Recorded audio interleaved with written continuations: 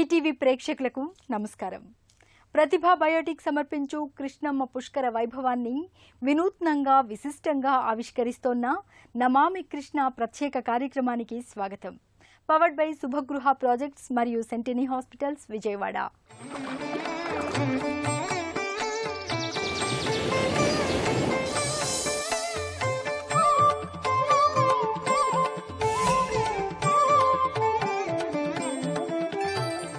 మానవ హృదయాల్లోని జడత్వాన్ని రూపుమాపి వారిలోకి చైతన్య స్రవంతుల్ని ప్రవాహింపచేసే రసవద్గీత కృష్ణవేణి.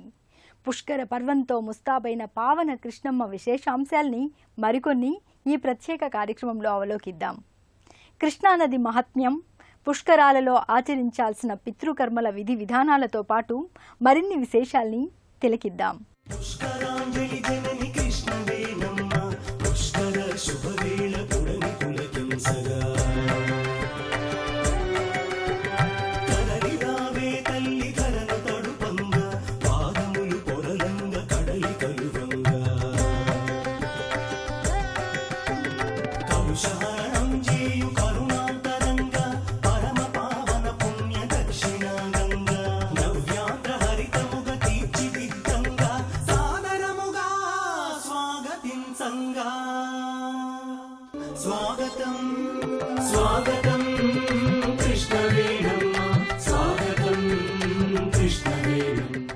సర్వసిద్ధిదాయకం, సర్వకామ్యప్రదం, సర్వపాపహరం కృష్ణాతీర్థ స్నాన ఆచరణమని బ్రహ్మపురాణోక్తి.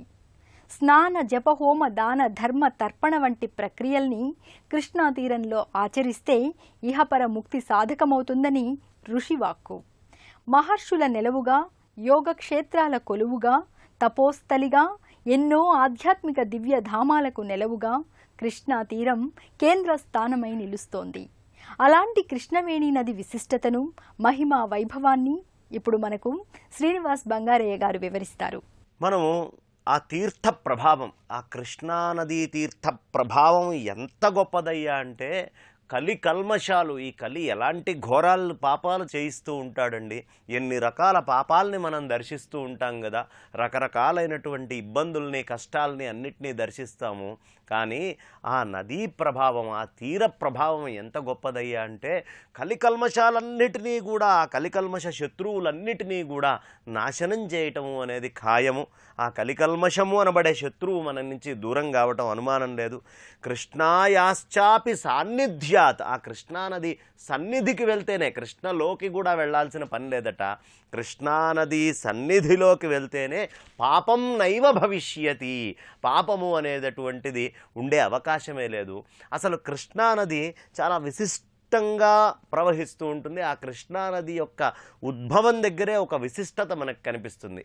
ఏమిటి ఆ కృష్ణానది విశిష్టత అంటే, మన వాళ్ళు ఇవాళ రేపు మహామహా పండితులు చాలామంది తయారయ్యి ఏముందండి దీని మహాత్మ్యం, ఏదో వచ్చేటటువంటి అన్ని రోజుల్లాగానే నీళ్ళు వస్తాయి, దీని ప్రత్యేకత ఏముంది అని రకరకాలుగా మన పంచాంగాల్ని అన్నిటినీ వంకబెట్టేటటువంటి మేధావులు అనేక మంది ఉద్భవించినటువంటి రోజులు ఇవి. కాబట్టి నాయన, మీ పంచాంగాలున్నా లేకపోయినా, ప్రపంచంలో ఏది ఏమైనా లేకపోయినా నా మహత్తుని నేను రుజువు చేస్తాను అని వైదిక ధర్మాన్ని పరిపూర్ణంగా రుజువు చేసే తల్లి కృష్ణమ్మ తల్లి. రుజువు చేస్తోంది ఆ తల్లి. ఎలా అంటే, ఆ తల్లి పుట్టే దగ్గరే మనం గనక తీసుకుంటే ప్రధానంగా 5 నదులు ఓ దగ్గర నుంచి వచ్చి ఒకటేసారి కలుస్తాయి. కలిసి కిందకి దిగుతూ గోముఖం దగ్గర పడతాయి. ఆ 5 నదులు ఏమిటయ్యా అంటే కృష్ణ, వేణ్ణ, దాన్నే వేణి అని కూడా మనం పిలుస్తాం, కోయిన, గాయత్రి, సావిత్రి, ఇవి 5 నదులు. అయితే మనకి పుష్కర సమయం, కృష్ణా పుష్కర సమయంలో ఒక అద్భుతం జరుగుతుందండి. ఎప్పుడైతే కన్యారాశిలోకి బృహస్పతి ప్రవేశిస్తున్నాడో ఖచ్చితంగా అదే సమయంలో మీరు పంచాంగం తీసుకొని వెళ్ళి అక్కడ కూర్చోవచ్చు. అప్పుడే అక్కడి నుంచి ఒక పాయలో నుంచి నీళ్ళు ఇలా రావటం జరుగుతుంది. 13 నెలలు మాత్రమే. ఎప్పటిదాకా కన్యా రాశిలో బృహస్పతి ఉంటాడో అప్పటిదాకానే ఆ నీళ్లు ఉంటాయి. మళ్ళీ ఎప్పుడైతే కన్యా రాశిలో నుంచి ఆయన వెళ్ళిపోతాడో చుక్క నీళ్లు 12 సంవత్సరాల దాకా కనిపించవు. ఎంత ఆశ్చర్యం ఇది! సామాన్యమైన విషయమా? అలా దాని పేరు కూడా భాగీరథి. సాక్షాత్తు గంగమ్మే తనంతట తను ఉరకలు పెడుతూ ప్రవహిస్తూ వచ్చి కృష్ణలో కలుస్తుంది. అది కృష్ణానది యొక్క గొప్పతనం. ఇంకా గొప్పతనం ఏమిటయ్యా అంటే 5 పుష్కరాలకొక్కసారి. ఏది 12 సంవత్సరాలకు ఒక పుష్కరం వస్తుంది. అలా 5 పుష్కరాలంటే 60 సంవత్సరాలు. ఒక్కసారి ఒక్కరోజు మాత్రమే కపిలహూతి అని ఒక యోగం ఉంటుంది. దాన్నే కపిల షష్ఠి అని కూడా పిలుస్తారు. ఎప్పుడు ఆ కపిల షష్ఠి వస్తుందో ఈ సమయంలోనే వస్తుంది, పుష్కర సమయంలోనే. ఆ వచ్చినటువంటి కపిల షష్ఠి సమయంలో సరస్వతి నది ఒక్కసారిగా ఒక్కరోజు ఒక 24 గంటల్లా ప్రవహిస్తుంది. వచ్చి ఆ తల్లి కూడా కృష్ణమ్మలో కలవడం జరుగుతుంది. అంటే 7 నదులు ఒకటేసారి కలిసేటటువంటి దివ్యమైన భవ్యమైనటువంటి ఆ మహత్తర మహిమాన్వితమైనటువంటి ఆ ఘట్టాన్ని మనం దర్శించవచ్చు. అంతటి వైభవం 2040వ సంవత్సరంలో ఈ అద్భుతం జరుగుతుంది. కాబట్టి అంతటి విశిష్టమైనటువంటి ఈ కృష్ణమ్మ తల్లి పుష్కరము ప్రత్యక్షంగా మనకి రుజువు చేస్తుంది. అక్కడి నుంచి ఆ తల్లి ప్రవహించుకుంటూ ఇలా దిగుతూ వాయికి వస్తుంది. నర్సోబావాడి అని చెప్పుకున్నాం కదా. నర్సోబావాడికి అంటే నృసింహ సరస్వతి తపస్సు చేసుకున్నటువంటి స్థలానికి 1 కిలోమీటర్ దూరంలో తాక అని ఒక గ్రామం ఉంది. ఆ గ్రామం యొక్క ప్రత్యేకత ఏమిటి అంటే రామచంద్రమూర్తి స్వయంగా సీతా అమ్మవారితో వచ్చి అక్కడ ఒక లింగాన్ని అద్భుతంగా ప్రతిష్ఠ చేశారు, ఒక సైకత లింగాన్ని. ఆ లింగము చాలా మహామహిమాన్వితమైనటువంటి లింగము, రామలింగేశ్వర లింగము అని దాన్ని అంటారు. ఆ రామలింగేశ్వర లింగ వైశిష్ట్యము చాలా చాలా చాలా చాలా గొప్పది. అక్కడ దశరథుణ్ణి తరింపజేయడానికి, రామచంద్రమూర్తి ఆయన పితృదేవతల్ని తరింపజేయడానికి ఆ ప్రదేశంలోనే శ్రాద్ధాన్ని చేశారు. కృష్ణానదీ తీరంలోనే దశరథాదుల్ని తరింపజేసుకున్నారు రామచంద్రమూర్తి వారు తాక అనే గ్రామంలో.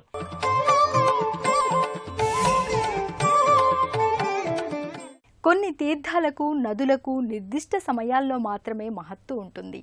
కానీ కృష్ణానది విషయంలో ఆ పరిమితులు లేవు.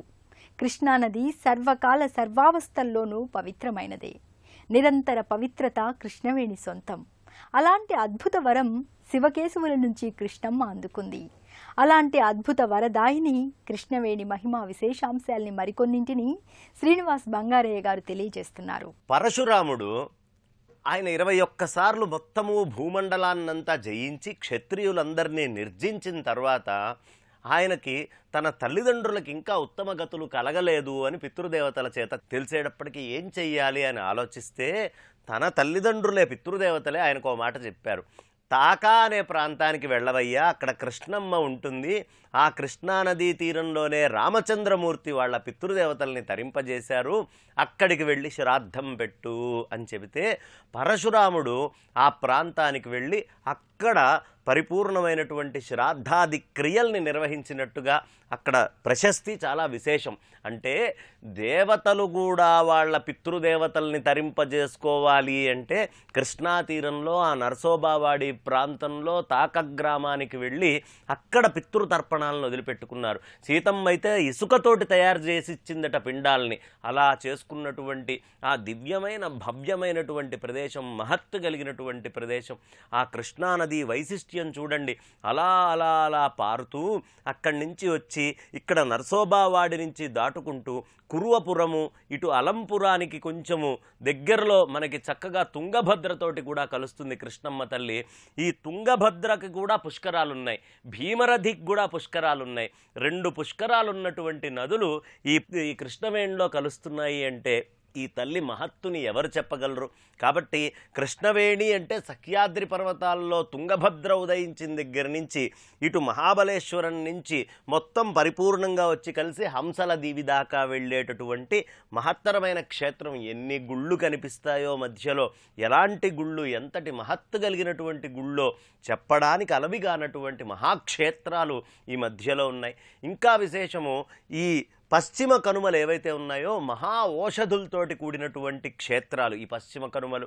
ఆ ఓషధుల యొక్క అడుగులు తాకుతూ కృష్ణమ్మ తన యొక్క శక్తిని అన్ని విధాలా సముపార్జించుకొని అందులో మునిగిన వాడిని తరింపజేయడానికి అవసరమైనటువంటి ఓషధి గుణాలన్నిటినీ కూడా ఈ తల్లి సముపార్జించుకొని ఉంటుంది. కాబట్టి కృష్ణమ్మ అంత సామాన్యమైనటువంటి తల్లి కాదు. ఆమెని తలుచుకుంటేనే చాలు. కృష్ అంటే సత్ చిత్తు అని అర్థము. ఆ సత్స్వరూపము చిత్స్వరూపము సన్మాత్రము చిన్మాత్రము అయినటువంటిది అంతటి మహత్తరమైనది. అణా అనేది నివృత్తిని చెప్తుంది. కాబట్టి ఈ కృష్ణవేణి అంటే సత్యజ్ఞానానంద స్వరూపమే కృష్ణవేణి, ఇంకోటి కాదు. సత్యజ్ఞానానంద స్వరూపమే కృష్ణవేణి. కాబట్టే దత్తాత్రేయుడు అక్కడ వెళ్ళి ఆ తీరములోనే తపస్సును ఆచరించుకుంటూ అక్కడే జంభాసురాదులకు కూడా ఆయన అనుగ్రహించి వాళ్ళందరినీ నిర్జించడానికి ఇంద్రుడికి శక్తినిచ్చారు. అక్కడే ఆయన పరశురాముడికి జ్ఞానబోధ చేశారు. అక్కడే ఆ ప్రాంతంలోనే ప్రహ్లాదుడికి దర్శనమిచ్చారు. అలర్కుడి చరిత్ర తీసుకున్నా అక్కడే. మనం ఏ కార్తవీర్యార్జునుడు అక్కడికి వెళ్ళే ఆయన దగ్గర సంపూర్ణమైన అనుగ్రహాన్ని పొందారు. ఇలాంటి మహా సన్నివేశాలు ఎన్నో ఇక్కడ జరిగినాయి. ఇంకా విశేషము కృష్ణవేణి దగ్గర ప్రత్యేకత ఏమిటంటే ధర్మరాజు ఆయన అజ్ఞాతవాసం చేయాల్సి వచ్చింది. ఆ అజ్ఞాతవాసానికి ఆయన ఎంచుకున్నటువంటి ప్రదేశం ఏదైతే ఉందో అది కృష్ణా తీరమే. విరాట నగరం వాయి అనే క్షేత్రం ఇందాక మనం చెప్పుకున్నామే, ఆ వాయి అనే క్షేత్రమే విరాటుడి యొక్క రాజ్యము. ఆ విరటు కొలువులో ఈ పంచపాండవులు ఉండి ఈ కృష్ణమ్మని వేడుకున్నారు, మా అజ్ఞాతం చెడకుండా మమ్ము కాపాడు తల్లి అని. అక్కడే ఒక శివలింగం ఉంది. ఆ శివలింగానికి నిరంతరం పూజ చేసేవారు. ఆయన పేరే భద్రేశ్వరుడు. అయితే వాళ్ళు ఈ పరిపూర్ణంగా సంవత్సర కాలము అయిపోయి ఈ తీర్థయాత్ర పూర్తి చేసుకొని తిరిగి వెళ్ళినప్పుడు వాళ్ళు అక్కడికి వెళ్ళి ఒక ముత్తైదువుకి ఆ తర్వాత కృష్ణమ్మ తల్లిని కూడా తీసుకొని వెళ్ళి పూజ చేయటం జరిగింది. కృష్ణమ్మ తల్లి దగ్గర సాంప్రదాయం ఏమిటయ్యా అంటే కృష్ణలో స్నానం చేసిన వాళ్ళు ఇంటికి వెళ్ళాక ముత్తైదువుకి పూజ చేయాలి, ఆ తర్వాత కృష్ణమ్మ తల్లికి కూడా పూజ చేసుకోవాలి. దంపతులు ఇద్దరికి పూజ చేసుకోవడం దంపతి పూజ అనేది సాంప్రదాయం. కాబట్టి చక్కగా కృష్ణమ్మ దగ్గరికి వెళ్ళి దంపతి పూజ చేసుకొని కృష్ణమ్మకు కూడా పూజ చేసుకొని ఆ తల్లి సంపూర్ణ అనుగ్రహాన్ని మనం పొందుదాం.